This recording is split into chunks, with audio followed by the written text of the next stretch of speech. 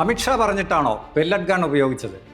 ഡൽഹിയിൽ വിദ്യാർത്ഥി പ്രക്ഷോഭത്തിന് നേരെ പെല്ലറ്റ് ഗൺ ഉപയോഗിച്ചെന്ന വിവാദം കത്തിപ്പടരുമ്പോൾ പ്രതിപക്ഷ നേതാവ് രാഹുൽ ഗാന്ധി കേന്ദ്ര ആഭ്യന്തരമന്ത്രി അമിത്ഷായ്ക്ക് അയച്ച കത്തിൽ ഉന്നയിച്ച ചോദ്യമാണ്.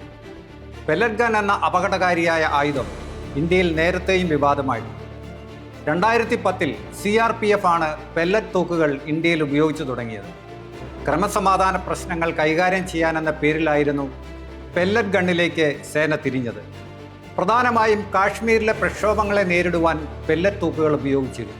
ഇത് മനുഷ്യാവകാശ സംഘടനകളുടെ അടക്കം പ്രതിഷേധം ക്ഷണിച്ചു വരും. എന്തുകൊണ്ട് മനുഷ്യാവകാശ സംഘടനകളും പ്രക്ഷോഭകരും പെല്ലറ്റ് ഗൺ ഉപയോഗത്തെ എതിർക്കുന്നത്? പെല്ലറ്റ് ഗണ്ണിൻ്റെ ചരിത്രം എന്താണെന്ന് നോക്കാം. പെല്ലറ്റ് തോക്കുകൾ അഥവാ എയർ ഗണ്ണുകൾ ഒരു വ്യക്തി മാത്രമായി കണ്ടുപിടിച്ച ഒന്നല്ല. നൂറ്റാണ്ടുകളിലൂടെ രൂപപ്പെട്ട ഒരു സാങ്കേതിക വിദ്യയാണ്. 16-ാം നൂറ്റാണ്ടിൽ യൂറോപ്പിലാണ് ആദ്യമായി കാറ്റിൻ്റെ മർദ്ദം ഉപയോഗിച്ച് പ്രവർത്തിക്കുന്ന എയർ ഗണ്ണുകൾ വികസിപ്പിച്ചത്.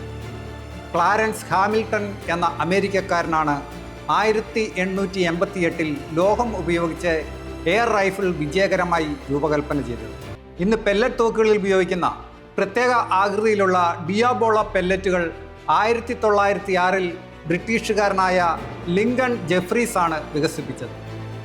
ചെറിയ മൃഗങ്ങളെയും പക്ഷികളെയും നായാടുന്നതിനായി 19-ാം നൂറ്റാണ്ടിലാണ് ഇത് വ്യാപകമായി ഉപയോഗിച്ചു തുടങ്ങിയത്.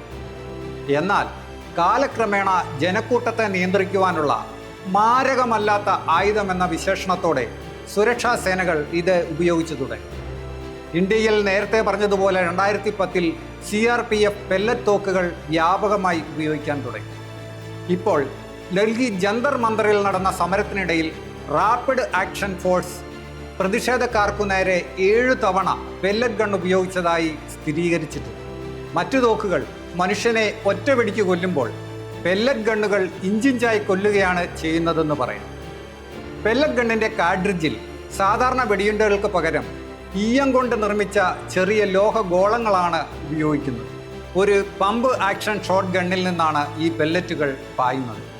ഒരു കാഡ്രിഡ്ജ് പൊട്ടുമ്പോൾ അതിൽ നിന്ന് 500ഓളം ചെറിയ ഈയ ഗുളികകൾ ഒരേ സമയം കഷ്ണങ്ങളായി വായുവിൽ അതിവേഗം ചിതറിത്തെറിക്കുന്നു. ഇതാണ് മനുഷ്യ ശരീരത്തിൽ അരിപ്പ പോലെ പാടുകൾ തീർത്ത് തുളച്ചു കയറുന്നത്. വെടിയുതിർത്താൽ പെല്ലറ്റ് ഗൺ കൃത്യമായ ഒരു ലക്ഷ്യത്തിലേക്ക് മാത്രമല്ല പായുന്നത്, വിശാലമായ ഒരു പ്രദേശത്തേക്ക് ചിതറിത്തെറിക്കുന്നു. അതിൻ്റെ പരിധിയിൽ എത്ര പേർ വരുന്നോ അത്രയും പേർക്ക് പരിക്കേൽക്കാൻ സാധ്യതയുണ്ട്. ഏറ്റവും അപകടം കണ്ണുകൾക്കാണ്. പെല്ലറ്റ് ആക്രമണത്തിൽ കാഴ്ചശക്തി നഷ്ടപ്പെടുകയോ കണ്ണിന് ഗുരുതരമായ പരിക്കുകൾ സംഭവിക്കുകയോ ചെയ്യും. ഡൽഹിയിൽ നടന്ന പെല്ലറ്റ് ആക്രമണത്തിൽ ഒരു വിദ്യാർത്ഥിയുടെ കാഴ്ചശക്തി തകരാറിലായി എന്ന റിപ്പോർട്ടുകൾ ഓർമ്മിക്കുന്നു. ത്വക്കിലും മാംസത്തിലും നിരവധി പെല്ലറ്റുകൾ തുളഞ്ഞു കയറിയത്. ചെറിയ ലോഹക്കുഴലുകൾ ചർമ്മം തുളച്ചുള്ളിലേക്ക് കയറി കടുത്ത വേദനയും അണുബാധയും ഉണ്ടാക്കാം.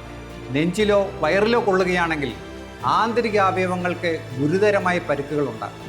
മാത്രമല്ല, ശരീരത്തിൽ തുളച്ചു കയറുന്ന പെല്ലറ്റുകൾ നീക്കം ചെയ്യാൻ നിരവധി ശസ്ത്രക്രിയകൾക്ക് ആ വ്യക്തി വിധേയനാകേണ്ടി വരും.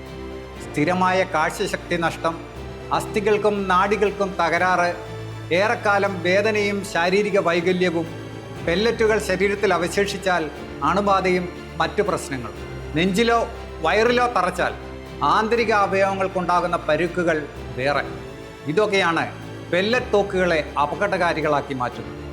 സമരക്കാരെ പിരിച്ചുവിടാൻ ഇത്തരം ആയുധങ്ങൾ ഉപയോഗിക്കുന്നത് ആധുനിക കാലഘട്ടത്തിൽ പ്രാകൃതവും തികഞ്ഞ മനുഷ്യാവകാശ ലംഘനവുമായാണ് വിലയിരുത്തപ്പെടുന്നത്.